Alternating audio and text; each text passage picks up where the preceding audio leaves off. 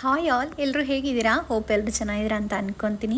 So ನಾನು 3 ಮಂತ್ಸಿಂದ hair ತುಂಬ dry ಆಗಿಬಿಟ್ಟಿದೆ ಮತ್ತು ಡ್ಯಾಮೇಜಸ್ ಆಗಿದೆ. ಊರಿಗೆ ಹೋಗಿದ್ದೆ, ಅಲ್ಲೆಲ್ಲ ಶಾಂಪೂ ವಾಟರ್ ಎಲ್ಲ ಚೇಂಜ್ ಆಗಿಬಿಡ್ತು. ಸೊ ಹಾಗಾಗಿ ತುಂಬ ಡ್ಯಾಮೇಜಸ್ ಆಗಿದೆ. ಆಮೇಲೆ ಹೇರ್ ಫಾಲ್ ಆಗ್ತಾಯಿದೆ ನನಗೆ, ಅಷ್ಟೊಂದು ಹೇರ್ ಫಾಲ್ ಆಗ್ತಾಯಿತ್ತು. ಸೊ ಸ್ಪಾ ಅಂತೂ ಮಾಡಿಸ್ತಾ ಇದ್ದೆ, ಬಟ್ ಅದರಿಂದ ಅಷ್ಟು ಕಂಟ್ರೋಲ್ ಆಗಿರಲಿಲ್ಲ. ಸೊ ಹಾಗಾಗಿ ಕೆರಟಿನ್ ಮಾಡಿಸೋಣ, ಎಲ್ಲ ಡ್ಯಾಮೇಜಸ್ ಎಲ್ಲ ಇದೆಯಲ್ಲ, ಸೊ ಅದೆಲ್ಲ ರಿಪೇರ್ ಆಗ್ತದೆ ಅಂತ ಅಂದ್ಕೊಂಡು 3 ಮಂತ್ಸಿಂದ ಅನ್ಕೊತಿದ್ದೆ, ಹೋಗೋಕ್ಕೆ ಆಗ್ತಿಲ್ಲ. ಇವತ್ತು ನಾನು ನನ್ನ ತಮ್ಮ ಡಿಸೈಡ್ ಮಾಡಿ ಹೋಗಿದ್ವಿ.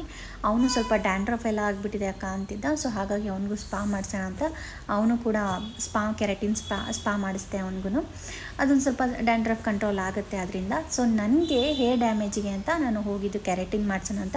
ಬಟ್ ಅಲ್ಲಿ ಹೋದ್ಮೇಲೆ ನಾನು ಕೆರಟಿನ್ ಮಾಡಿಸ್ಲಿಲ್ಲ. ಅದಕ್ಕಿಂತಲೂ ಒಳ್ಳೆ ರಿಸಲ್ಟ್ ಬರೋದು ನನಗೆ ಸಜೆಸ್ಟ್ ಮಾಡಿದ್ರು. ನಾನು ಅದನ್ನು ಮಾಡಿದೆ, ಟ್ರೀಟ್ಮೆಂಟ್ ಮಾಡಿಸ್ಕೊಂಡೆ. ಬಟ್ ತುಂಬ ಒಳ್ಳೆ ರಿಸಲ್ಟ್ ಬಂದಿದೆ ನಿಜವಾಗ್ಲೂ. ಕೆರಟಿನಲ್ಲಿ ಅಷ್ಟು ಒಳ್ಳೆ ರಿಸಲ್ಟ್ ಬರಲ್ಲ. ಡ್ಯಾಮೇಜಸ್ ಹೇರ್ ಎಲ್ಲ ಕಮ್ಮಿ ಆಗುತ್ತೆ, ಬಟ್ ಅಷ್ಟು ರಿಸಲ್ಟ್ ಬರಲ್ಲ. ಬಟ್ ಇದು ಟ್ರೀಟ್ಮೆಂಟ್ ಇದೆಯಲ್ಲ, ತುಂಬ ಚೆನ್ನಾಗಿದೆ ಟ್ರೀಟ್ಮೆಂಟು. ಇದು ನಾನು ಪ್ರೀಮಿಯಂ ಬೋಟಕ್ಸ್ ಅಂತ ನಾನು ಟ್ರೀಟ್ಮೆಂಟ್ ಮಾಡಿಸ್ಕೊಂಡೆ.